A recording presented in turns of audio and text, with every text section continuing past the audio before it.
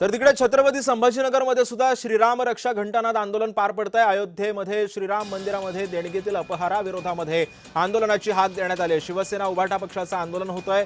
आमदार अंबादास दानवेंच्या नेतृत्वामध्ये रामरक्षा पठणाचं आयोजन या ठिकाणी करण्यात आलेलं आहे आणि याच रामरक्षा पठणातून सरकारला जाग करण्याचा प्रयत्न ठाकरे गटाकडून करण्यात येतो।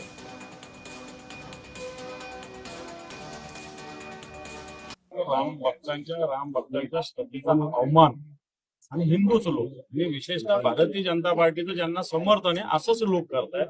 मला असं वाटतं हे छद्म हिंदुत्ववादी लोक आहेत। छद्म फक्त राजकारणापुरतं हिंदुत्ववाद वापरायचं अशा पद्धतीनं हे लोक आहेत। मला असं वाटतं शिवसेनेनं याविरुद्ध थोडं शिंग फोडलेलं हे आंदोलन महाराष्ट्रात मला असं वाटतं याचं वनव्याचं स्वरूप येणाऱ्या काळात होईल। मला असं वाटतं येणार काय देशात सुद्धा हे आंदोलन जायचं, पण महाराष्ट्रात गावागावात शिवसेना हे आंदोलन करेल एवढं नक्की।